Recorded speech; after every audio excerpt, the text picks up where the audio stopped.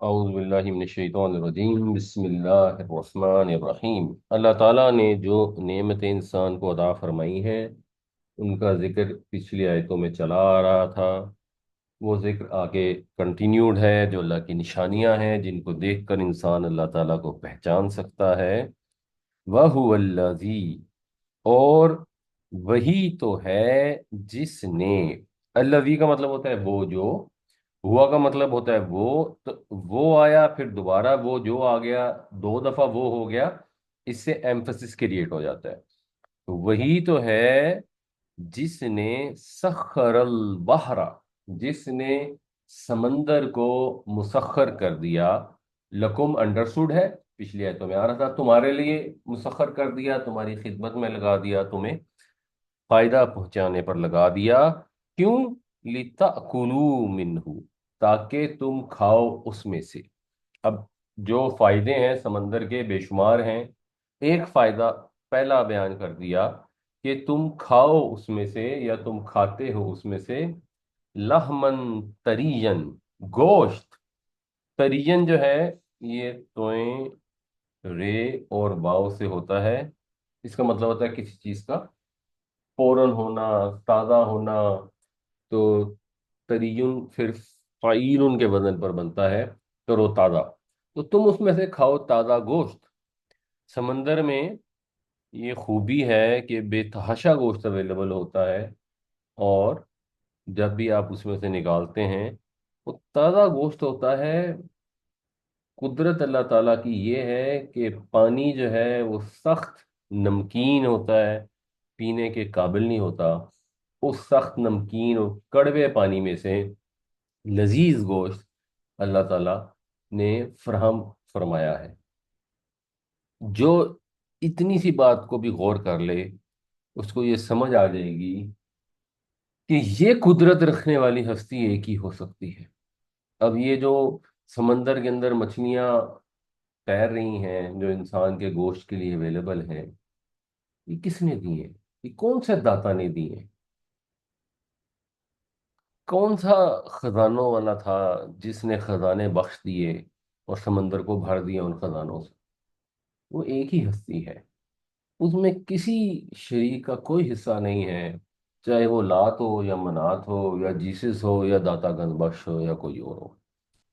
کسی کا کوئی حصہ نہیں ہے۔ جو نعمتیں عطا کی ہیں صرف اور صرف ایک خدا نے عطا کی ہیں، وہی ہے، هو الذی۔ اور پھر کچھ اور فائدے بھی بتا دیے، فائدے تو ظاہر ہے بے شمار ہے، چند موٹے موٹے امپورٹنٹ فائدے اللہ تعالیٰ نے یہاں پر بیان فرما دیے۔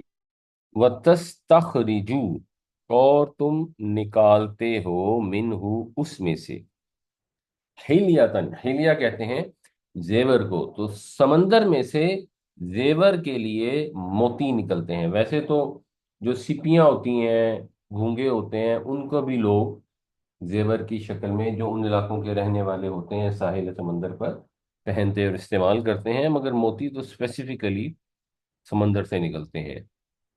تلبسونہا، جن کو تم پہنتے ہو، لبیس یلبسو کا مطلب ہوتا ہے لباس کو پہننا۔ وترل فلکا، اور تو دیکھتا ہے، اب یہ واحد کا صیغہ استعمال ہو گیا ہے، یہ محاورے میں چلتا ہے۔ اور تو دیکھتا ہے الفلکا، کشتی کو۔ فلک سنگولر کے لیے بھی استعمال ہوتا ہے، پلورل کے لیے بھی استعمال ہوتا ہے۔ اور تو دیکھتا ہے کشتیوں کو، آپ کشتیوں کو اگر آپ دیکھیں تو پانی کو چیر کر نکلتی ہیں، وہ صاف واضح نظر آ رہا ہوتا ہے کہ کشتی آ رہی ہے، سامنے پانی ہے اور وہ پانی کو چیرتی ہوئی چلی آ رہی ہے۔ کس قدر مہیب اور ہولناک چیز ہوتی ہے سمندر۔ اس سمندر کے اندر اللہ تعالیٰ نے اپنی رحمت سے ایک طرح سے سڑکیں بنا دی ہیں جن کے اوپر بڑے بڑے جہاز گزرتے ہیں۔ کیا اللہ کی نعمت ہے کہ ایسا پانی جس کے اندر سوئی ڈوب جاتی ہے، بڑے بڑے جہاز اس کے اندر چلے آ رہے ہوتے ہیں، اور تم دیکھتے ہو جہازوں کو، کشتیوں کو، مواخر فیہ۔ مواخرہ جو ہے یہ میم خے اور رے، مخرہ یا مخروف ہے، اس کا مطلب ہوتا ہے پانی کو چیرنا، تو اس کا فائل ہو جائے گا ماخر، مونس ہو جائے گا ماخرتن، یہ اس کی جمع ہے مواخرہ۔ تو تم کشتیوں کو دیکھتے ہو کہ پانی کو چیرتی ہوئی اس میں چلتی ہیں، ولی تب اور تاکہ تم تلاش کرو من فضل ہی اس کے فضل کو۔ کشتی میں تم سوار ہوئے اور اس کے ذریعے آپ اللہ کا فضل تلاش کرتے ہیں۔ اللہ کا فضل تلاش کرنے کے لیے آپ کو سفر پہ نکلنا پڑتا ہے۔ وہ آپ کی سواری کے لیے اللہ تعالیٰ نے اونٹ اور گھوڑے اور گدھے اور خچر بھی تخلیق فرمائے، اور اللہ تعالیٰ نے سمندر میں بھی انتظام فرما دیا کہ آپ کشتی پہ بیٹھتے ہیں، جہاز پر بیٹھتے ہیں اور اللہ کا فضل تلاش کرنے کے لیے اپنا سفر کرتے ہیں۔ وَلَعَلَّكُمْ تَشْكُرُونَ، اور تاکہ تم اس کے شکر گزار بنو۔ یہ نہیں کہ گنگا اور جمنا کوئی دیوی دیوتا بنا کر ان کی پوجا کرنی شروع کر دو۔ دریاؤں اور سمندروں میں اللہ تعالیٰ نے انسان کے لیے بے شمار فائدے رکھے، ان کو مسخر کیا تاکہ ہم اس کے شکر گزار بنیں۔ اور سمندر ایک نعمت ہے، اس کے متعلق شکر گزار ہونے کے لیے انسان کو انڈرسٹینڈنگ ہونی چاہیے۔ ایک چیز تو یہ سمجھ آ رہی ہے کہ بے شمار سمندر کے اندر نعمتیں ہیں، مثلاً کھانے کو زیور کے لیے تو نعمت ہے ہی، اور بے شمار چیزیں بہت سی ایسی ہیں جن کو ہم جانتے بھی نہیں۔ پھر جو سمندر میں جو زندگی ہے جس سے ہم تازہ گوشت بھی حاصل کرتے ہیں، وہ بھی اتنی بے شمار ہے، ابھی تو سائنس نے اس ساری کو ایکسپلور ہی نہیں کیا۔ پھر سمندر کے جو فائدے ہیں ماحول کے لیے، بارش کے لیے، جو ہمارا دریاؤں سے پانی آتا ہے وہ سمندر میں چلا جاتا ہے، سمندر نہ ہو تو یہی پانی پھر رک جائے اور ہر جگہ سیلاب آ جائیں، اور ہم شکر گزاری کرنے کی بجائے کیا کر رہے ہیں کہ اسی سمندر کو پلیوٹ کرتے جا رہے ہیں، اسے آلودہ کرتے جا رہے ہیں۔ تو اللہ تعالیٰ کی شکر گزاری کرنے کا یہ بھی ایک انداز ہے کہ ہم انوائرمنٹ کے متعلق سینسیٹیو ہوں، معاشرے کو، ہوا کو، فضا کو، دریاؤں کو، سمندروں کو آلودہ نہ کریں، اس معاملے میں احتیاط کریں، اور ایسی چیزوں کی طرف توجہ دیں جن سے انوائرمنٹ بہتر ہوتی ہے۔ درخت لگانے کے متعلق، پانی کا استعمال احتیاط سے کرنے سے متعلق، اور اپنے ڈرائیوروں کو نصیحت بھی کریں، کیونکہ ڈرائیور کو بڑی مشکل سے سمجھ آتی ہے اس بات کی۔ وَهُوَ الَّذِي سَخَّرَ الْبَحْرَ لِتَأْكُلُوا مِنْهُ لَحْمًا طَرِيًّا وَتَسْتَخْرِجُوا مِنْهُ حِلْيَةً تَلْبَسُونَهَا وَتَرَى الْفُلْكَ مَوَاخِرَ فِيهِ وَلِتَبْتَغُوا مِنْ فَضْلِهِ وَلَعَلَّكُمْ تَشْكُرُونَ۔ اور وہی تو ہے جس نے مسخر کر دیا سمندر کو تاکہ تم کھاؤ اس میں سے تازہ گوشت، اور تاکہ تم نکالو اس میں سے زیور جسے تم پہنتے ہو، اور تم دیکھتے ہو کشتیوں کو کہ وہ پانی کو چیرتی ہوئی چلتی ہیں اس کے اندر، تاکہ تم اس کے فضل کے طالب بنو اور تاکہ تم شکر گزار بنو۔ وَأَلْقَىٰ فِي الْأَرْضِ رَوَاسِيَ، اور ڈال دیے اس نے زمین میں رواسی۔ رواسی جو ہے یہ راسیہ کی جمع ہے۔ راسیہ جو ہے یہ رے، سین اور واؤ سے ہے۔ رسا یرسو اس کا مطلب ہوتا ہے کہیں ٹھہر جانا، جم جانا۔ پھر لنگر کے لیے راسیون یا راسیات ان کا لفظ استعمال ہوتا ہے، جم جانے والی چیز۔ تو اس نے زمین میں لنگر ڈال دیے ہیں، یا سادہ ترجمہ ہم کر سکتے ہیں اس نے زمین میں پہاڑ ڈال دیے ہیں، ان کے تمید بکم، کہ وہ تمید کر جائے تمہارے ساتھ۔ میم، یہ اور دال، مادہ یمیدو اس کا مطلب ہوتا ہے لرزنا، ہلنا۔ تو تمیدہ ارض مؤنث ہے، اس لیے اس کے ساتھ مؤنث واحد کا صیغہ استعمال ہوا، یہ مؤنث سمائی ہے۔ اور یہاں پھر ان سے مراد اردو میں جب ہم اپنا ترجمہ کریں گے تو ہم کہیں گے کہیں ایسا نہ ہو کہ وہ ڈھلک پڑے، وہ جھک جائے، وہ لرز جائے تمہیں لے کر، تم اس کے اوپر سوار ہو، تمہیں لے کر وہ ڈھلک نہ جائے۔ اس کو روکنے کے لیے اللہ تعالیٰ نے زمین میں پہاڑوں کے لنگر ڈال دیے ہیں جو اس کا توازن قائم رکھتے ہیں۔ پہاڑوں کے بے شمار فائدے ہیں، قرآن شریف میں بہت سارے بیان کیے ہیں، ہم باقی خود اپنی عقل سے ایکسپلور کرنے کے لیے بھی ہمیں کہا ہے، لیکن یہ والا فائدہ بہت جگہوں پر آیا ہے کہ وہ پہاڑوں کے ذریعے جو سطح زمین ہے وہ ریگولیٹ ہو جاتی ہے، اس کی موومنٹ جو ہے وہ ریگولیٹ ہو جاتی ہے، اور زمین جو ہے وہ سٹیبل ہو جاتی ہے۔ اگر پہاڑ نہ ہوتے تو زمین کی موومنٹ جو سورج کے گرد ہے اس میں، یا جو اپنے محور کے گرد ہے اس میں مسائل آ سکتے تھے، یا وہ جو پلیٹیں نیچے سے موو کرتی ہیں ان میں بہت زیادہ موومنٹ ہوتی ہے، جس کی وجہ سے بہت زیادہ زلزلے آتے، اور ہر دوسرے دن کہیں پہ گڑا ہوتا تو کہیں پہ پہاڑ ہوتا، اور پھر وہ ریپلیس ہو رہے ہوتے ایک دوسرے سے، کہیں ٹیلا ہوتا کہیں گڑا ہوتا۔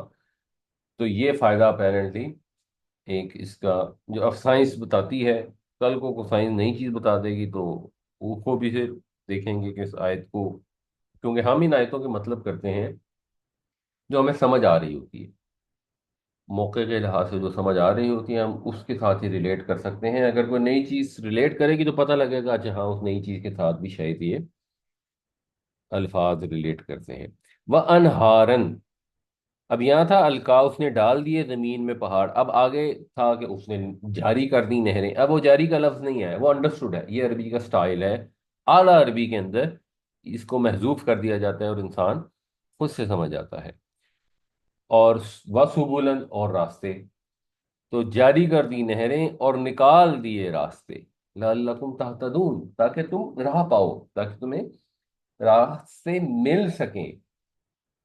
راستے جو ملتے ہیں جب دریا اللہ نے چلائے تو ان کی وجہ سے راستے بنتے ہیں، اور میدانی علاقوں میں بھی ہوتے ہیں، لیکن پہاڑی علاقوں میں اگر آپ دیکھیں جو ندی نالوں کے ساتھ جو راستے بنتے جاتے ہیں نیچرلی، وہ کتنے امپورٹنٹ ہوتے ہیں، اور کتنا مشکل ہوتا ہے پہاڑوں میں کوئی سڑک تعمیر کرنا یا کوئی راستہ بنانا۔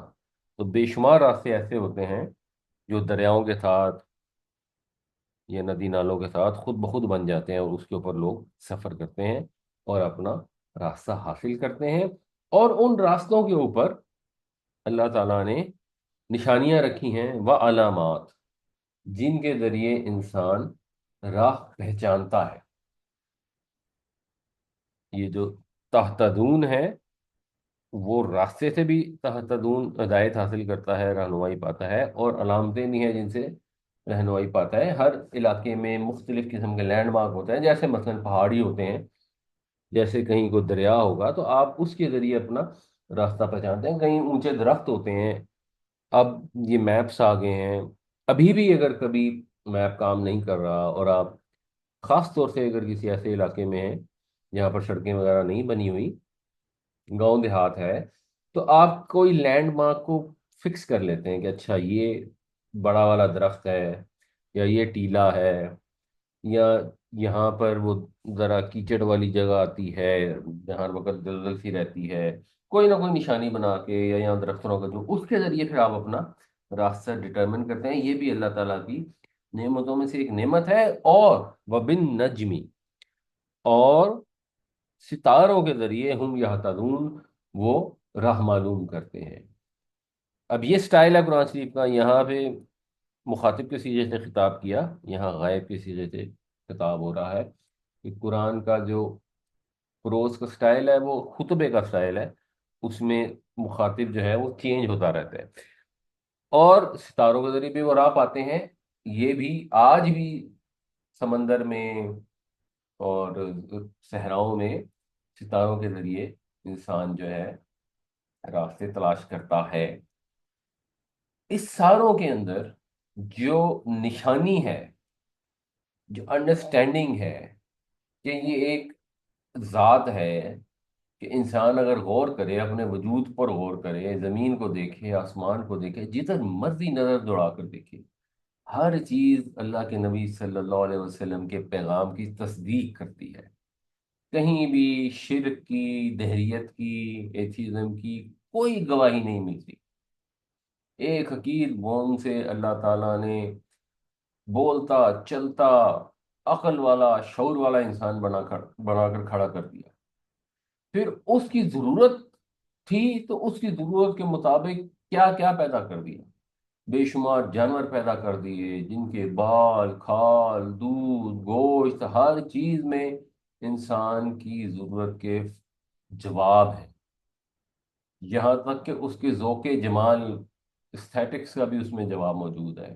آسمان سے بارش کا انتظام کر دیا، زمین میں طرح طرح کے پھل، سبزیاں، غلے، چارے جو جانور بھی کھا سکیں، ہر چیز کا اللہ تعالیٰ نے ایسا انتظام کیا ہے کہ سب آپس میں انٹر لنکڈ ہیں اور انسان کی فطری ضرورتوں کے عین مطابق ہیں۔ آسمانوں کی طرف دیکھیں تو چاند، سورج، ستارے، ان کی حرکات، موومنٹ، اس موومنٹ کو مینج کرنے کے لیے پہاڑ، زمین میں سفر کے لیے سمندر اور دریا، اور پھر رولز، پانی جو ہے وہ اڑ جاتا ہے تو پھر اس کے پانی کو یہ صلاحیت دی کہ وہ ہوا میں اڑ سکے، ہوا میں اڑ سکے، اوپر جا کے وہ ٹھنڈا ہو سکے، پھر واپس نیچے برس سکے۔ تو اس سے اللہ تعالیٰ پانی نازل یہ جو پانی ایسا کرتا ہے تو اپنی مرضی سے نہیں کرتا، یہ فزکس کے جو لاز ہیں کسی اندھی پیری نیچر نے نہیں بنائے، یہ بھی اللہ تعالیٰ نے بنائے۔ زمین میں بھی رستے بنا دیے، سمندر میں بھی رستے بنا دیے، ایک ملک سے دوسرے ملک تک سفر کرتا ہے، تجارت کرتا ہے۔ یہ ساری کی ساری چیزیں اس چیز کی گواہی دیتی ہیں کہ ایک ہستی ہے جس نے یہ سارا کچھ پلان کیا ہے، اس پلان کے مطابق اس نے یہ ساری چیز تخلیق کی ہے، اور اس کی جو بڑی اوور آل اسکیم ہے، اس کی جو پلاننگ ہے، اس میں ذرا فرق نہیں آتا۔ وہ ایسے زبردست کارخانے کو مسلسل چلا رہا ہے، تو یا تو وہ بہت ہی اسٹوپڈ ہوگا یا کوئی بہت ہی ڈھیٹ ہوگا جو یہ کہے گا کہ یہ تو ایسے ہی بائی چانس ہو گیا، یا اس کے اندر اور شریک ہیں۔ یہ سارا کچھ تو وہ کر رہا ہے، لیکن جب مجھے روٹی چاہیے ہوگی تو میں کسی قبر پہ جا کے سجدہ کروں گا، کسی بت سے جا کر مانگوں گا۔ یہ انسان کی بیسک انٹلیکٹ کی توہین ہے اگر انسان ایسی بات سوچے۔ یہ اگلی آیت پھر اس کو بیان کرتی ہے، وَأَلْقَىٰ فِي الْأَرْضِ رَوَاسِيَ أَن تَمِيدَ بِكُمْ وَأَنْهَارًا وَسُبُلًا لَعَلَّكُمْ تَهْتَدُونَ وَعَلَامَاتٍ وَبِالنَّجْمِ هُمْ يَهْتَدُونَ۔ اور اس نے ڈال دیے زمین میں پہاڑ کے، وہ تمہیں لے کر جھک نہ پڑے، اور جاری کر دی نہریں اور دریا، اور نکال دیے اس راستے تاکہ تم رہنمائی پاؤ، اور علامات بنا دیں راستوں کو سمجھنے کے لیے، اور ستاروں سے بھی وہ رہنمائی حاصل کرتے ہیں۔ افمن یخلق کمن لا یخلق، پس کیا وہ جو تخلیق کرتا ہے، کیا اس کے جیسے ہو سکتا ہے، اس کی مانند ہو سکتا ہے جو تخلیق نہیں کرتا؟ یہ سمپل بیسک لاجک ہے کہ اللہ کی تخلیق کو دیکھو، اس کے بعد یہ بتاؤ کہ ایک ہے خالق اور ایک وہ ہیں جو خالق نہیں ہے، وہ خود پیدا ہوئے ہیں، کچھ پیدا نہیں کرتے، وہ خود مخلوق ہیں۔ کیا یہ ایک جیسے ہو سکتے ہیں؟ کیا یہ ممکن ہے کہ اس کے ساتھ کوئی شریک ہو جائے؟ کیا یہ ممکن ہے کہ اس کے حضور جب پیش ہونا ہو تو کوئی بزرگ جائیں اور وہ کہیں کہ نہیں نہیں اللہ تعالیٰ اس کو تو چھوڑ دیں، اور نعوذ باللہ اللہ تعالیٰ اس سے دب جائے، اس سے ہار مان جائے؟ کوئی نیک بزرگ تو ایسا سوچ بھی نہیں سکتا، اس کے تو کہیں دور دماغ کے دور دراز گوشے میں ایسی بات نہیں آ سکتی کہ وہ اللہ کے سامنے اکڑ کر کھڑا ہو جائے، خصیم مبین بن جائے۔ یہ خود ہی گھر بیٹھ کر گھڑی ہیں کہانیاں، نام رکھے ہیں لوگوں کے، تم نے اور تمہارے آباء و اجداد نے، کہ یہ شریک ہیں اللہ کے جو ہمیں اللہ کے عذاب سے بچا لیں گے، اور جو ہمیں اللہ سے چھین کے چیز لا دیں گے جو اللہ نے ہمیں نہیں دی ہوگی۔ اس لیے اللہ سے مانگتے نہیں، کسی اور سے مانگتے ہیں، اللہ سے ڈرتے نہیں، کسی اور سے ڈرتے ہیں۔ کیا ان کے اندر کمپیریزن ہے؟ کیا حیثیت ہے کسی کی بھی اللہ کے سامنے؟ چاہے وہ جتنی مرضی بڑی ہستی ہو، جبریل علیہ السلام ہو، کیا حیثیت ہے جبریل علیہ السلام کی اللہ کے حضور؟ جب اللہ تعالیٰ نے ان کو تخلیق کیا ہے اور جبریل علیہ السلام نے کچھ تخلیق نہیں کیا اور خود مخلوق ہیں، کیا حیثیت ہے کسی اللہ کے رسول کی، کسی ولی کی، کسی جن کی، شیطان کی، ابلیس کی؟ کسی کی کوئی حیثیت ہے ہی نہیں۔ افلا تذکرون، تو کیا تم سوچتے نہیں؟ اتنی بنیادی سمپل بیسک بات ہے، تمہاری سمجھ میں نہیں آتی، تمہاری عقل مر گئی ہے، کیا مت ماری گئی ہے۔ اور مشرکین عرب بھی یہ چیز مانتے تھے کہ سب چیزوں کا خالق تو اللہ ہی ہے، اس کے بعد مخلوقات کو شریک ٹھہرا لیتے تھے۔ اور جو پھر حقوق اللہ کے لیے خاص ہیں، جو صفات اللہ کے ساتھ مخصوص ہیں، اللہ کی صفت ہے کہ وہ السمیع ہے، اربوں کی تعداد میں انسان ہے، سب انسان یا کروڑوں انسان بیک وقت دنیا کے بے شمار حصوں میں اپنے رب کو پکار رہے ہیں۔ 1.5 ارب مسلمان ہی اگر ہیں، 1.5 سے 2 ارب، اور 2-2.5 ارب عیسائی ہیں، وہ تو اللہ کو پکارتے ہیں۔ وہ جب اللہ کو پکارتے ہیں، وہ بیک وقت سب کی پکار کو سنتا ہے، سب کی دعائیں سنتا ہے، علیحدہ علیحدہ بالکل درست صحیح کہ کیا کون کیا کہہ رہا ہے۔ یہ السمیع ہے۔ کوئی اور ہستی ہو سکتی ہے جو بیک وقت سب کو سن سکے؟ تو یہ جو بے شمار شیعہ حضرات حضرت علی کو پکارنا شروع کر دیتے ہیں، یا علی یا علی یا علی مدد، جب علی علیہ السلام زندہ تھے اور 10 بندے مسلسل اکٹھا بولنا شروع کر دیں تو وہ تو سمجھ نہیں سکتے تھے وہ کہہ کیا رہے ہیں۔ نبی کریم صلی اللہ علیہ وسلم بھی نہیں سمجھ سکتے تھے انلیس کہ اللہ تعالیٰ وہی فرما دے اور بھیج دے اور بتا دے کہ کس نے کیا کہا۔ تو زندگی میں تو وہ کر نہیں سکتے تھے۔ اب وہ قبر میں چلے گئے حضرت علی، تو اب قبر میں جا کے وہ اسمی ہو گئے، اللہ کی سماعت اور ان کی سماعت برابر ہو گئی کہ جہاں مرضی کوئی پکارے تو وہ بھی سنیں گے، اس کو بھی سنیں گے، اس کو بھی سنیں گے، اس کو بھی سنیں گے۔ سیدھا سیدھا سمپل سمپل شرک ہے۔ اور شرک ہوتا کیا ہے؟ اس چیز کو پہچانے کہ ایک خالق ہے، ایک مخلوق ہے۔ خالق اور مخلوق برابر نہیں ہو سکتی، مخلوق خالق کے کسی اختیار میں شریک نہیں ہو سکتی۔ چند چیزیں ہیں جن کے اندر ٹیمپرری اختیار اللہ تعالیٰ نے انسانوں کو عطا فرمایا، وہ ہمیں بھی عطا فرمایا ہے، کسی کو زیادہ کسی کو کم ہے۔ سب مخلوق سب اللہ کے آگے حقیر ہیں، لاچار ہیں، بے بس ہیں۔ اور یہ بھی یاد رکھنا چاہیے انسان کو کہ جو بے بسی ہے وہ اللہ کے حضور ہی سجتی ہے، روا ہے، خوبصورت لگتی ہے۔ اللہ کے سوا کسی کے آگے بے بس ہونا، اس کی بھی کوئی تک نہیں ہے۔ کبھی نہ سمجھے اپنے آپ کو بے بس۔ اللہ آپ کے ساتھ ہو، ساری دنیا آپ کے خلاف ہو، کوئی فرق نہیں پڑتا۔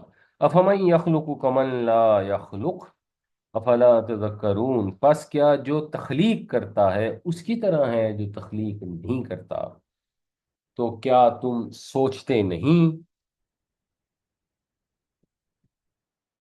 وَإِن تَعُدُّوا نِعْمَةَ اللَّهِ لَا تُحْصُوهَا، اور اگر تم تعدو شمار کرنا چاہو اللہ کی نعمتوں کو، ادا یا ادو، عدد جو اردو میں بھی استعمال ہوتا ہے، اس کا مطلب ہے گننا۔ اگر تم گننا چاہو اللہ کی نعمتوں کو، لا تحصوها، تم ان کا احصاء نہیں کر سکتے۔ احصاء کا مطلب ہے کسی چیز کی گنتی کو مکمل کر لینا، یعنی اللہ کی نعمتیں بے شمار ہیں، تم ان کا شمار نہیں کر سکتے۔ ایسی ذات ہے اللہ کی، ان اللہ لغفور الرحیم، بے شک اللہ تعالی بڑا معاف کرنے والا، مہربان ہے۔ لام ایمفسس کے لیے نہ، غفور کا مطلب ہو گیا بڑا ہی بخشنے والا۔ انسان اللہ کی نعمتیں جب پاتا ہے تو ان کا مقصد یہ ہے کہ اللہ تعالیٰ کے شکر ادا کیا جائے، انسان شکر گزار بنے۔ کمی کوتاہی کسی سے بھی ہو سکتی ہے، اللہ نے نعمت عطا کی، آپ نے اس کی شکر گزاری کے بجائے ناشکری کر دی، تو اللہ سے توبہ کر لیں۔ کوئی ایک سٹیپ آگے بڑھ گیا، اس نے اللہ کا حکم ماننے کے بجائے کسی اور کا حکم مان لیا۔ کوئی ایک سٹیپ آگے بڑھ گیا، اس نے اللہ سے مانگنے کی بجائے کسی اور سے مانگ لیا۔ کوئی اس سے بھی ایک سٹیپ آگے بڑھ گیا، اس نے اللہ کی عبادت کے ساتھ کسی اور کی عبادت کر لی۔ یہ سب کفر کے، ناشکری کے، شرک کے درجے ہیں۔ تو کسی بھی درجے میں ناشکری کر لی انسان نے اتنی نعمتیں ملنے کے باوجود، جب اس کو احساس ہو جائے تو اللہ نے جو مہلت دی ہوئی ہے اس سے فائدہ اٹھائے۔ اور اپنی توبہ اور اصلاح کر لے، تاکہ اس کے غضب کی بجائے اس کی رحمت کا سزاوار ہو، وہ بڑا ہی بخشنے والا ہے۔ وَإِن تَعُدُّوا نِعْمَةَ اللَّهِ لَا تُحْصُوهَا إِنَّ اللَّهَ لَغَفُورٌ رَحِيمٌ۔ اور اگر تم شمار کرنا چاہو اللہ کی نعمتوں کو تو ان کا شمار نہیں کر سکتے، بے شک اللہ تعالی بڑا ہی بخشنے والا مہربان ہے۔ واللہ یعلم ما تسرون وما تعلنون، اور اللہ تعالی جانتا ہے، سر کا مطلب ہوتا ہے راز، جس سے پھر اردو میں ایک لفظ پراسرار بھی ہوتا ہے، اور اعلان کا مطلب بھی ہم سب جانتے ہیں ظاہر کر دینا۔ تو جو تم چھپاتے ہو وما تعلنون، اور جو کچھ تم ظاہر کرتے ہو، یہ سب اللہ جانتا ہے۔ اللہ تعالیٰ غفور ہے، رحیم ہے، اس نے تمہیں اپنی شفقت کے باعث، اپنی رحمت کے باعث ایک مہلت دی ہوئی ہے، موقع دے رہا ہے کہ معافی مانگ لو، وہ بخش دے گا۔ لیکن جو کچھ تم کر رہے ہو، تمہارے چاہے باطن میں ہے، چھپا ہوا ہے، چاہے تم اوپنلی کر رہے ہو، ہر چیز سے وہ بخوبی واقف ہے، وہ سب جانتے۔ یہ سب جاننے کا جو مراد ہوتی ہے نا، یہ اس طرح سے ہوتی ہے جیسے کوئی انسان کسی کو کہتا ہے کہ جو کچھ تم کر رہے ہو نا، مجھے سب پتا ہے، مطلب یہ کہ مجھے پتا ہے، تو اس کا مطلب ہے کہ میں اس کے اوپر کسی بھی وقت تمہیں سزا دے سکتا ہوں۔ تو اللہ سب جانتا ہے، وہ جب وقت آئے گا انصاف کے ساتھ معاملات کا فیصلہ کر دے گا۔ اور ایک اس میں اشارہ یہ بھی ہے کہ یہ جو اللہ کی نعمتیں یہ اللہ نے دی ہے، یہ سب ہمیں پتہ ہے، سب اس چیز کو جانتے ہیں اچھی طرح۔ بعض اوقات زبان سے بیان کر دیتے ہیں، بعض اوقات لوگ دل میں چھپا لیتے ہیں اور زبان سے کسی اور کی شکر گزاری کر دیتے ہیں، کسی اور کو پکار لیتے ہیں، اندر سے ان کو پتہ ہوتا ہے۔ مگر سمجھنے والی چیز یہ ہے کہ اللہ کے پاس علم ہے، اس کی قدرت ہے، وہ ہر انسان کے ظاہر باطن سے آگاہ ہے، اور اس کا لازمی نتیجہ یہ ہے کہ پھر ایک حساب کتاب کا دن آئے گا، تو جو بھی عمل کیے ہوں گے، چاہے چھپا کر کیے ہوں گے، چاہے ظاہر کر کے کیے ہوں گے، اللہ تعالیٰ ان سب کا حساب لے گا، اور اچھے اعمال کی جزا دے گا، برے اعمال پر سزا دے گا۔ واللہ یعلم ما تسرون وما تعلنون، اور اللہ جانتا ہے جو کچھ تم چھپاتے ہو اور جو تم ظاہر کرتے ہو۔ والذین یدعون من دون اللہ، اب یہ جو الذین ہے یہ مفعول ہے، اور جن کو یہ پکارتے ہیں اللہ کے سوا، لا یخلقون شیئا، وہ کسی چیز کو پیدا نہیں کرتے، کچھ بھی پیدا نہیں کرتے۔ بہت ہی کلیئر بات ہے کہ اللہ کے سوا کسی کو پکارنا، جس کو بھی پکارے، کوئی داتا گنج بخش کو پکارتا ہے، کوئی علی حجویری کہہ کے پکارتا ہے، کوئی جنید بغدادی کو پکارتا ہے، کوئی غوث اعظم کہہ کے پکارتا ہے، کوئی حضرت علی کو پکارتا ہے، کوئی نبی کریم صلی اللہ علیہ وسلم کو پکارتا ہے، کوئی جبریل کو پکارتا ہے، کوئی حضرت عیسیٰ کو پکارتا ہے، کوئی رام کو پکارتا ہے، کوئی راون کو پکارتا ہے۔ کسی نے کچھ تخلیق نہیں کیا، الٹا کیا ہے، وہ ہم یخلقون، بلکہ وہ خود مخلوق ہے۔ یہی چیز جو دو آیتیں پیچھے آئی بالکل واضح کلیئر الفاظ میں دوبارہ بتائی جا رہی ہے۔ اب یہ آیت پڑھ کر کوئی کہے یا غوث اعظم اور کوئی کہے یا علی، اور قرآن واضح کہہ رہا ہے کہ جن کو تم اللہ کو چھوڑ کے پکارتے ہو وہ تو خود مخلوق ہیں، تو ان کی کیا حیثیت ہے؟ اس سے بڑھ کر سٹوپڈیٹی کیا ہو سکتی ہے؟ پھر دوسری جگہ میں قرآن اس کی وجہ بتاتا ہے کہ آباء و اجداد نے نام رکھ لیے ہیں لوگوں کے، ان کو ان ناموں سے وہ پکارنا شروع ہو گئے ہیں، ازمپشن یہ کر لی ہے کہ وہ ہمارے سفارشی ہوں گے، قیامت والے دن ہمیں جا کے بچا لو۔ شروعات شیطان نے جہاں سے بھی دھوکہ دیا ہوگا، جہاں سے بھی شروع ہوا ہوگا، حضرت نوح علیہ السلام کے بارے میں آتا ہے کہ جب وہ ان سے جو قوم تھی اس سے پرانے زمانے میں جو نیک بزرگ تھے دنیا میں چلے گئے، تو لوگوں ان کو یاد کرتے تھے بیٹھ کر، شیطان نے وہاں پہ کہیں ٹرک کیا کہ اچھا چلو تم، ایک حدیث سے پتہ لگتا ہے کہ ان کی تصویریں بنا لو تاکہ وہ تمہیں یاد رہیں، وہ تصویریں بن گئیں، پھر وہ جس طرح ہندوؤں نے تصویریں لگائی ہوتی ہیں اور ان کے گرد وہ مالائیں ڈال دیتے ہیں، پھر ان تصویروں سے بات چیت شروع ہو جاتی ہے، پھر تصویروں سے آسیں امیدیں شروع ہو جاتی ہیں، پھر تصویریں تو جلدی ختم ہو جاتی ہیں تو ان کے بت بن جاتے ہیں۔ اس طرح بت پرستی شروع ہوئی ہمارے یہاں۔ بت پرستی ذرا لوگوں نے مہربانی فرمائی ہے، اتنی نہیں کرتے، وہ قبر پرستی پہ چلے گئے۔ بات تو ایک ہی ہے، جو نیک لوگ تھے ساری قومیں انہی کو مانتی تھی۔ مشرکین مکہ بھی یہی کرتے تھے، وہ بھی جن کو پکارتے تھے، فرشتوں کو بھی پکارتے تھے، جنوں کو بھی پکارتے تھے، اور فوت شدگان کو بھی پکارتے تھے، انہی کے بت بنائے ہوئے تھے۔ اور اللہ تعالیٰ واضح الفاظ میں کہہ رہے ہیں کہ وہ مخلوق ہیں، اپنی عقل استعمال کرو، کس کی عبادت کرنا چاہتے ہو، کس سے مانگنا چاہتے ہو، جس نے کچھ پیدا نہیں کیا، جس کے کامل اختیار میں کچھ بھی نہیں ہے۔ اب ہم دنیا میں اسباب کو استعمال کرنے کی ہمیں حکم دیا گیا تو ہم اسباب استعمال کرتے ہیں۔ کوئی پانی کے پاس کھڑا ہوتا ہے تو ہم اس سے مانگ لیتے ہیں کہ یار ہمیں پانی دے دو، اس سے وہ پانی کے اوپر اختیار اس کا نہیں ہے، وہ ٹیمپرری اختیار ہے۔ تو ٹیمپرری اختیار ہر زندہ انسان کو اللہ تعالیٰ دیتا ہے کچھ نہ کچھ، جب تک وہ زندہ ہے۔ اس ٹیمپرری اختیار کا مطلب یہ تھوڑی ہے کہ آپ اپنے بیٹے سے مانگنا شروع کر دیں۔ آپ بیمار ہو جائیں اور آپ کا 2 سال کا بچہ ہے، پانی تو دے سکتا ہے آپ کو، آپ اسے کہ تو مجھے صحت بھی دے دے۔ وہ جہاں تک اسباب کی اس کی لمٹ ہے اس حد تک ہی اس سے آپ ڈیل کر سکتے ہیں نا۔ جب اسباب سے ہٹ کر آپ کسی سے بھی مانگتے ہیں، کسی کو بھی پکارتے ہیں، وہ سیدھا سیدھا شرک ہے، اور وہ اسٹوپڈ ہے، کیونکہ یا تو کوئی اور ہستی ہو جس نے تخلیق کیا ہو، اور کوئی ہستی ہے ہی نہیں۔ تو کیا تکلیف ہوتی ہے کسی کو مانگنے میں کہ ایک اللہ واحد سے مانگے؟ وَإِذَا سَأَلَكَ عِبَادِي عَنِّي، جب آپ سے پوچھتے ہیں میرے بندے میرے متعلق، فَإِنِّي قریب، میں قریب ہوں۔ انسان کی شہرگ سے قریب جو ہوتی ہے وہ اللہ کی ذات ہے۔ ایسا کوئی جاہل ہوگا جو اللہ کو چھوڑ کے حضرت علی سے مانگنا شروع کر دے؟ اجیب دعوت الداعی اذا دعان، میں قبول کرتا ہوں پکارنے والے کی دعا کو جب وہ مجھے پکارتا ہے۔ اللہ سے دعا کریں، ہر دعا قبول ہوتی ہے جو اللہ سے کی جاتی ہے۔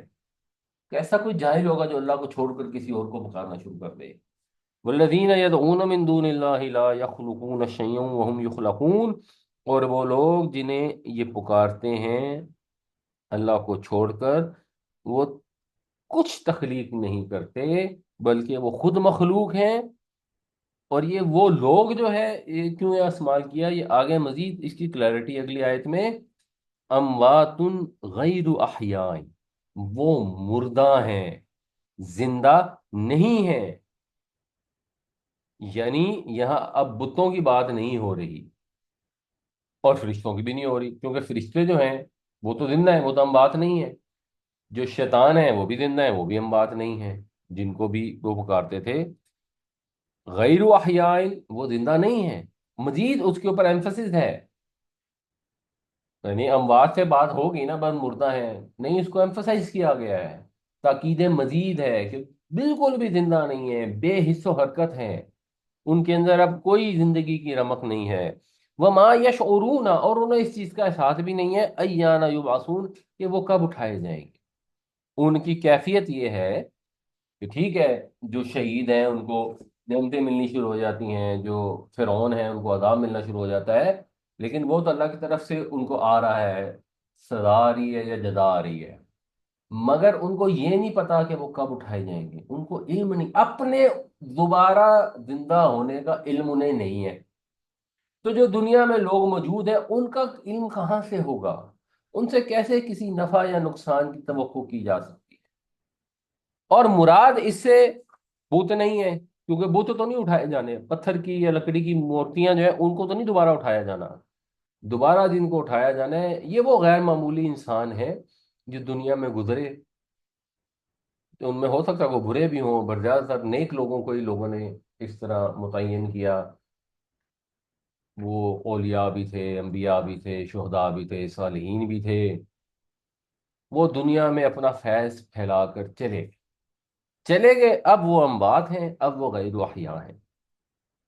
اب اگر پھر بھی وہ زبردستی قبروں والوں کو پکارنا شروع کر دے اور کہے کہ نہیں نہیں یہ تو زندہ ہیں، ہم انہیں پکارتے ہیں، تو پھر ٹھیک ہے، پھر اس کا تو کوئی علاج کسی کے پاس نہیں ہے۔ اگر کوئی کہے کہ قبضہ سفید ہے اور اس کو آنکھیں بھی اللہ نے دی ہیں، اس کو نظر بھی آ رہا اور پھر وہ کہے کہ نہیں میرا دل کہتا ہے کہ یہ سفید ہے، دیکھنے میں کالا لگتا ہے کہ میرا دل کہتا ہے یہ سفید ہے، تو پھر دل کی بنیاد پہ اگر دین کے فیصلے ہونے ہوتے تو پھر تو کوئی انسان مسلمان نہ ہوتا۔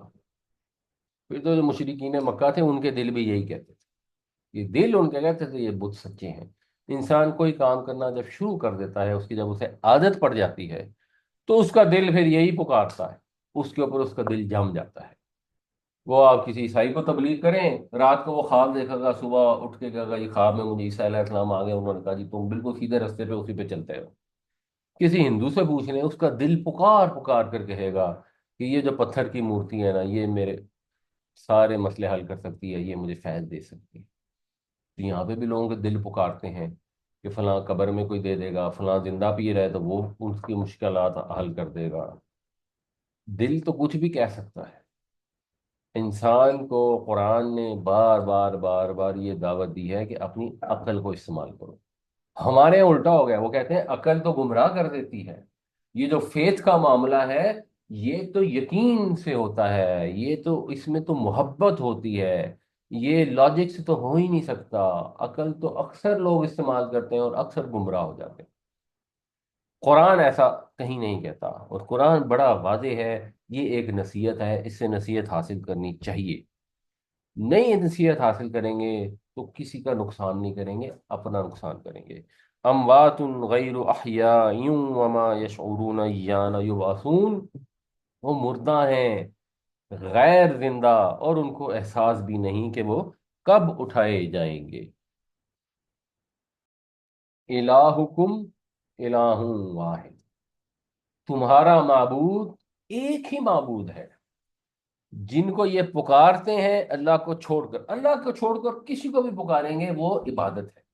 دعا عبادت کا مغز ہے، اس کی مک ہے، دعا ہی تو اصل عبادت ہے۔ نماز میں بھی ہم جو کچھ کرتے ہیں بنیادی طور پر وہ دعا ہی ہوتی ہے۔ اللہ کے آگے سجدہ ضرور کرتے ہیں، اللہ کی کبریائی کا اقرار کرتے ہیں، اصل جو فوکس ہوتا ہے نماز کے اندر بھی وہ اپنے لیے ہی مانگ رہے ہوتے ہیں، اپنے رب سے اپنی ہی آخرت، اپنی ہی دنیا، اپنا ہی سب کچھ مانگ رہے ہوتے ہیں، دعا ہی کر رہے ہوتے ہیں۔ تو جن کو اللہ کو چھوڑ کر پکارتے ہیں وہ تو خود مخلوق ہیں۔ جو پکارنے کے قابل ہے، جو عبادت کے قابل ہے، وہ ایک ہی ہستی ہے، وہ معبود واحد ہے۔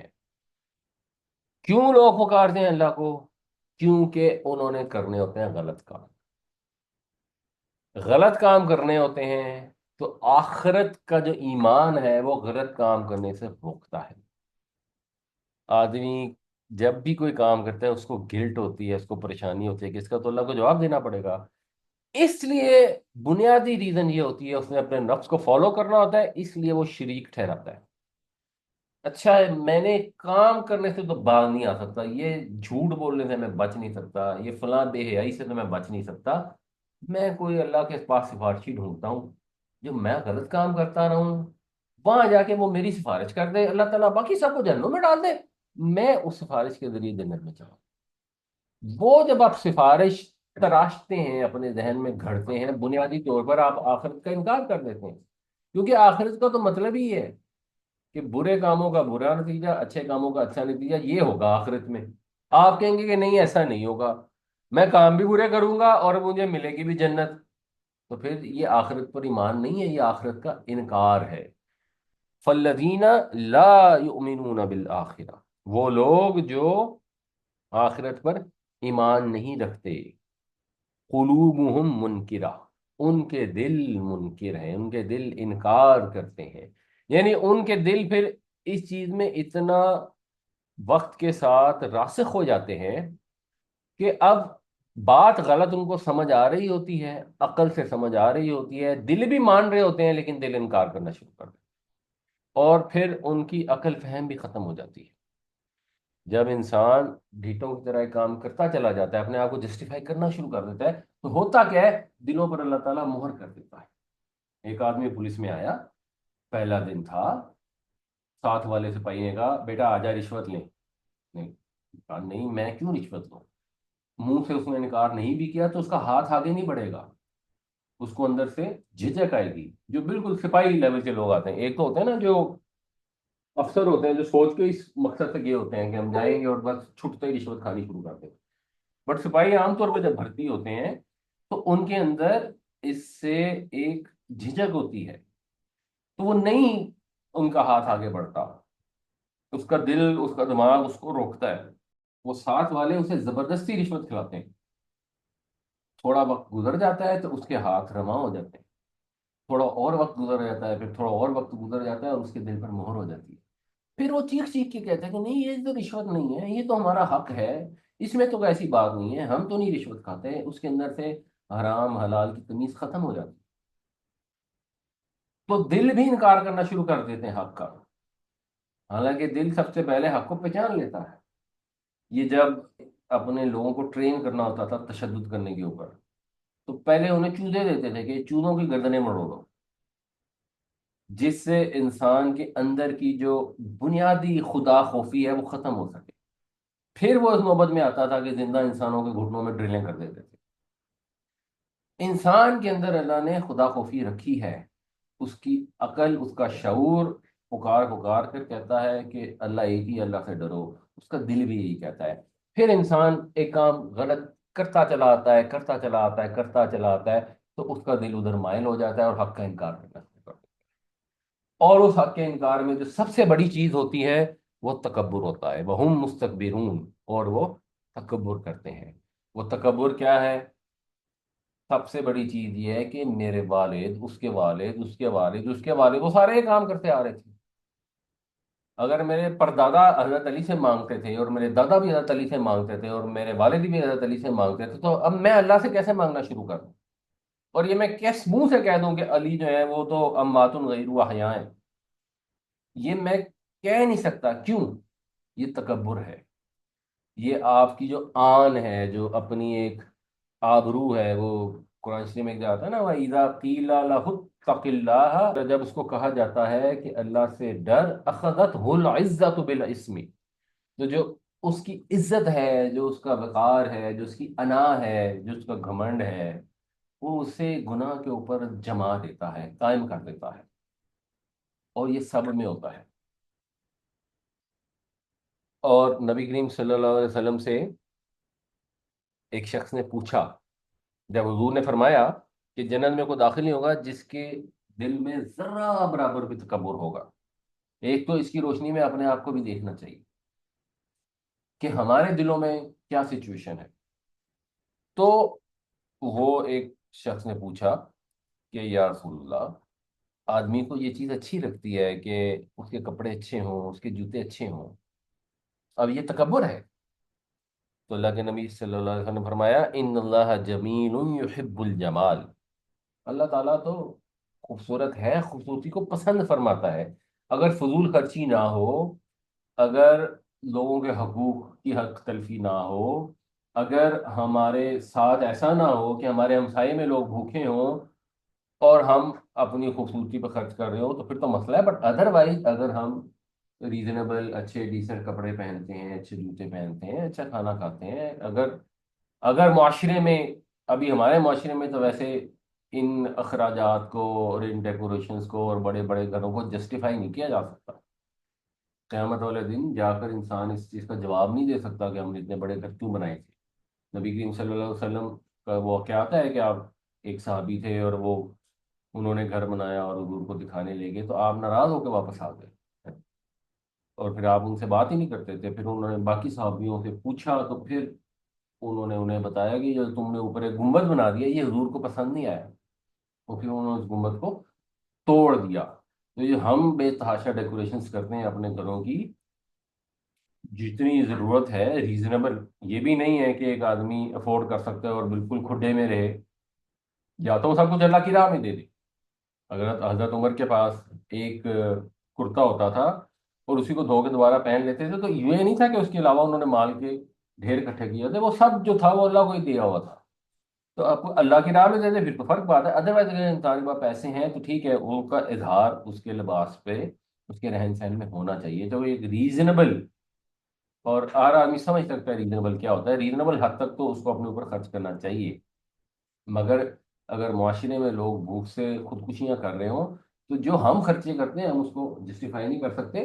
ہاں سچویشن پہ ڈپینڈ کرتا ہے، کویت میں اگر لوگ خرچ کرتے ہیں تو ان کے لیے یہ پاسبل ہے، جیسے حضرت سلیمان علیہ السلام کے دور میں بے تحاشا ڈیکوریشن تھیں، اور ایسی خوبصورت ڈیکوریشن تھی کہ وہ ملکہ سبا اندر آئی اور وہ سمجھی کہ یہ گلاس کا جو فرش ہے اس کو نظر ہی نہیں آیا، وہ ایسا سیم لیس فرش تھا جس کے نیچے پانی تھا، اور وہ سمجھی کہ پانی ہے، اس نے اپنے پونچے اوپر کر لیے۔ تو اس سچویشن میں تو کر سکتے ہیں، ہمارے ملک میں تو سچویشن نہیں ہے۔ مگر بہرحال اگر ایک ریزنیبل حد تک اچھے کپڑے پہننا، تو اللہ تعالیٰ جمال کو پسند کرتا ہے۔ الکبر بطر الحق کی، کبر تو یہ ہے کہ انسان حق کا انکار کر، جان بوجھ کر وہ اپنی غلطی تسلیم نہ کرے، اپنی آبرو کو، اپنی عزت کو زیادہ امپورٹنس دے، یہ ہے کبر، یہ ہے تکبر۔ اور دوسری چیز کیا ہے وہ؟ غمت الناس، لوگوں کو حقیر سمجھ، ہم سمجھیں کہ ہم سپیریئر ہیں، جو ہمارا ڈرائیور ہے ہم سے تنخواہ لیتا ہے وہ انفیریئر ہے، وہ گھٹیا مخلوق ہے، ہم برہمن ہیں وہ شودر ہیں، ہم اس سے بات کریں تو ہمارے جو جذبات ہیں، جو ہمارا بات کرنے کا انداز ہے، یا ہماری جو سوچ ہے، وہ ہو یار یہ کیا مجھے اس گھٹیا آدمی سے بات کرنی پڑ رہی ہے، یا ہم بڑے پڑھے لکھے اور قابل ہوں اور ایک آدمی ہے وہ کم پڑھا لکھا ہو، یا ہم مسلمان ہو اور ایک شخص عیسائی ہو، کسی کو بھی حقیر سمجھنا یہ تکبر ہے۔ تو یہ تکبر ہے جس کی وجہ سے بنیادی طور پر دل حق کا انکار کر دیتے ہیں، وہ حق کا بھی انکار کر دیتے ہیں، پریکٹیکلی آخرت کا بھی انکار کر دیتے ہیں، اپنے لیے بہانے گھڑ لیتے ہیں۔ کوئی یہ بہانہ گھڑ لیتا ہے کہ اللہ رحمان و رحیم ہے معاف کر دے گا، کوئی سفارشی بنا لیتا ہے، کوئی آخرت کا کا ہی انکار کر دیتا ہے۔ تو بس ٹھیک ہے پھر، آخرت تو آنی ہے۔ الہکم الہ واحد فالذین لا یؤمنون بالآخرۃ قلوبہم منکرہ وہم مستکبرون، تمہارا معبود ایک ہی معبود ہے، جو لوگ آخرت پر ایمان نہیں رکھتے ان کے دل منکر ہیں اور وہ تکبر میں ہیں۔ لا جرم، کوئی شک نہیں، یہ محاورہ ہے، اس کی نہیں بھی ڈیٹیل میں جانے کی ضرورت نہیں ہے، یہ بیسک محاورہ ایسے استعمال ہوتا ہے۔ کوئی شک نہیں، ان اللہ یعلم ما یسرون وما یعلنون، بے شک اللہ تعالیٰ جانتا ہے جو کچھ وہ چھپاتے ہیں، جو کچھ وہ ظاہر کرتے ہیں۔ انا کا مطلب بنیادی طور پر کی ہوتا ہے، کوئی شک نہیں اس بات میں کہ اللہ جانتا ہے۔ انہ لا یحب المستکبرین، بے شک وہ مغروروں کو پسند نہیں کرتا، وہ انہیں دوست نہیں رکھتا، مطلب یہ کہ ان سے ناراض ہوتا ہے، ان کو ناپسند کرتا ہے۔ اللہ ان کے انکار کی ظاہری وجوہات اور باطنی وجوہات، یا ظاہری طور پر وہ انکار کرتے ہیں اور یا دل سے انکار کرتے ہیں، اس کی وجوہات کو بھی، ان کے اعمال کو بھی اچھی طرح سمجھتا ہے کہ بنیادی طور پر ان کے دلوں میں تکبر ہے۔ یہی تکبر تھا جس نے ابلیس کو جنت سے باہر نکال دیا، یہی تکبر ہے جو انسان کو جنت میں جانے نہیں دے گا چاہے وہ رائی برابر ہو۔ ہمیں اس آئینے میں اپنے آپ کو دیکھنا چاہیے صبح و شام، کہ ہم جب لوگوں سے معاملہ کرتے ہیں تو کیا ہم کہیں ایسا عمل کرتے ہیں جس میں ہم اپنے آپ کو بڑا اور اگلے کو چھوٹا سمجھتے ہوں، اور ہمیں دیکھنا چاہیے کہ ہم جو بھی کام کرتے ہیں کیا ایسا ہوتا ہے کہ ہمیں کوئی احساس دلاتا ہے، یا ہمیں خود سے احساس ہوتا ہے، یا قرآن سے یاد دہانی ملتی ہے کہ حق بات تو یہ ہے، اور ہم جان بوجھ کر اس حق کا انکار کر دیتے ہیں۔ ہمیں کوئی آ کے سمجھاتا ہے کہ جو آپ کام کر رہے ہیں یہ فضول خرچی ہے، اس کی اجازت نہیں ہے، اللہ تعالیٰ نے فرمایا کہ اسراف نہ کرو، ان اللہ لا یحب المسرفین، اور ہم ڈھیٹوں کی طرح کہتے ہیں نہیں نہیں یہ تو اسراف نہیں ہے، یہ تو اسراف نہیں ہے۔ ہمیں کو آگے بتاتا ہے کہ یار یہ فلاں بندے کی غیبت نہ کریں، یہ غیبت ہے، ہم کہتے ہیں نہیں نہیں یہ تو غیبت نہیں ہے، ہم نے اس کون سی بات کر دی، ہم تو غیبت کر رہی نہیں، ہم تو ویسے ہی بھائی دبے بات کر رہے ہیں۔ یہ بھی حق کا انکار ہے۔ ہمیں مؤذن پکارتا ہے آ جاؤ نماز کا ٹائم ہے نماز پڑھنے آؤ، اور ہم ڈھیٹوں کی طرح بیٹھے رہتے ہیں اور نماز پڑھنے نہیں جاتے، یہ بھی حق کا انکار ہے۔ اپنا انالیسس کرنا چاہیے، اپنے آپ کو ہر وقت دیکھنا چاہیے۔ ہماری پرابلم یہ ہے کہ ہم لوگوں کا انالیسس کرتے رہتے ہیں کہ فلاں بڑا ڈھیٹ ہے، فلاں بڑا گھٹیا ہے، فلاں بڑا متکبر ہے، فلاں اپنے آپ کو بڑا کچھ سمجھتا ہے۔ اپنے آپ کو چیک کرنا چاہیے کہ ہم اپنے آپ کو کیا سمجھتے ہیں۔ اور حقیقت یہ ہے، جو بھی لوگ ہوتے ہیں جنرلی، الا ماشاء اللہ، میجورٹی جو ہوتی ہے، جہاں اس کا کسی کے اوپر کوئی اختیار ہوتا ہے، کہیں پہ اللہ تعالیٰ نے اس کو کوئی ذرا سی بھی سپیریورٹی دی ہوتی ہے، اس کے اندر تکبر کا خناس ہوتا ہے۔ وہ یہی سوچ رہا ہوتا ہے کہ میں یہ، مجھے یہ کہہ دیا، میرے سے یہ کر دیا۔ اتنی بڑی میں ہوتی ہے انسان کی، چاہے وہ اربوں پتی ہو، چاہے وہ کوڑیوں کا بھی مالک نہ ہو، کوئی نہ کوئی تو ہوتا ہے جو اس سے نیچے ہوتا ہے، اس کے آگے وہ اپنے آپ کو میں کہہ رہا ہوتا ہے کہ میں نے یہ کہا اور مجھے یہ کہہ دیا۔ تو اللہ تعالیٰ ہمیں اپنا انالیسس کرنے کی اور اپنی اصلاح کرنے کی توفیق عطا فرمائے۔ لا جرم ان اللہ یعلم ما یسرون وما یعلنون انہ لا يحب المستکبرین۔ کوئی شک نہیں کہ اللہ تعالیٰ جانتا ہے جو وہ چھپاتے ہیں اور جو ظاہر کرتے ہیں، بے شک وہ تکبر کرنے والوں کو دوست نہیں رکھتا۔ وَإِذَا قِيلَ لَهُمْ، اور جب ان سے کہا جائے، ماذا انزل ربکم، کیا نازل کیا تمہارے رب نے، یعنی اب قریش کو جو دعوت آ رہی تھی، تو ہوتا یہ ہے کہ جب اس طرح کا پیغام آیا تو عوام ہو یا خواص ہو، ساروں کو جھنجھوڑا اس نے۔ اب جو عوام ہوتے ہیں ان کے اندر کیونکہ وہ فخر نہیں ہوتا اپنے سردار ہونے کا یا اپنے لیڈر ہونے کا، اس لیے ان کے اوپر پیغام زیادہ اثر کرتا ہے۔ جو سردار ہوتے ہیں وہ ڈھٹائی کا مظاہرہ کرتے ہیں، ان کے اندر تکبر بھی زیادہ ہوتا ہے۔ لیکن عوام کی پرابلم یہ ہوتی ہے کہ وہ اپنے لیڈروں کے تابع ہوتے ہیں، ان کو فالو کرتے ہیں، تو وہ پھر خود فیصلہ کرنے کے بجائے ان کی رائے معلوم کرنا چاہتے ہیں کہ آپ کیا کہتے ہیں۔ تو یہ اس کا ذکر ہو رہا ہے جب ان سے کہا جاتا ہے کہ کیا نازل کیا تمہارے رب نے، یعنی یہ نبی کریم صلی اللہ علیہ وسلم جو پیغام لے کے آ رہے ہیں یہ کیا ہے، تو اس میں جو بھی باتیں ہیں، تو اب وہ جو لیڈر ہیں وہ ڈٹائی کا مظاہرہ کرتے ہیں۔ قالو، وہ کہتے ہیں، اساطیر الاولین۔ اساطیر جو ہے استورا کی جمع ہے۔ سطر ہوتا ہے کسی چیز کو لکھ لینا، محفوظ کر لینا، اور پورا بنیادی طور پر گھڑی ہوئی کہانی کو کہتے ہیں، فردی ناول، فردی افسانہ۔ تو یہ تو فسانے ہیں پہلے والوں کے، یعنی وہ ایسا جواب دیتے ہیں کہ اس پوچھنے والے کے دل میں حضور کی پیغام کے متعلق، حضور کی بات کے متعلق کوئی شک بیٹھ جائے، یا اس کو کم از کم دلچسپی نہ رہے، یا وہ کسی اور چیز میں متوجہ ہو جائے۔ تو یہ تو پرانے افسانے ہیں، وہ آج سمود کے قصے ہیں، وہ تو ہمیں پہلے ہی پتہ ہے، بس یہ الفاظ بدل بدل کے ایسے ہی بیان کرے، ان میں تو ایسی کوئی چیز نہیں ہے، گھڑی ہوئی باتیں ہیں۔ یہ ان کا سٹائل تھا ڈیمین کرنے کا، ڈیگریڈ کرنے کا، پروپیگنڈا کرنے کا۔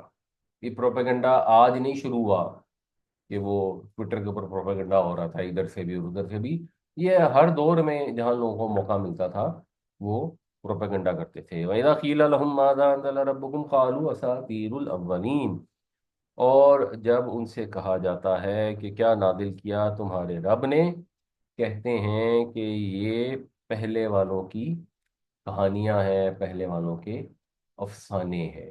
سر جی آخری جو آیت ہے اس میں ہے نا اساطیر الاولین، جی یہ جی اساطیر لفظ جو ہے یہ طائر کی جمع ہے، اس کے روٹ لیٹرز کیا ہے اساطیر کے؟ جی، روٹ لیٹر ہے اس کے سین، توئیں اور ری۔ سطر ہوتا ہم، ہے، اس کا مطلب ہوتا ہے کسی چیز کو محفوظ کرنا۔ اردو میں بھی سطر نہیں استعمال کرتے ہم، جو لائن ہوتی ہے لکھی ہوئی، اچھا اور سطر سے پھر ایک لفظ بنتا ہے استورا۔ استورا کا مطلب ہوتا ہے لکھا ہوا، مگر یہ گھڑی ہوئی کہانی کے لیے ہوتا ہے۔ استورا کی پھر جو جمع ہے وہ اساطیر ہے۔ جزاک اللہ۔ اللہ تعالیٰ ہمیں قرآن پڑھنے، سمجھنے، عمل کرنے کی توفیق عطا فرمائے، اور تکبر سے محفوظ رکھے، ہمارے دلوں کو پاک کر دے، عاجزی انکساری عطا فرمائے، آمین یا رب العالمین۔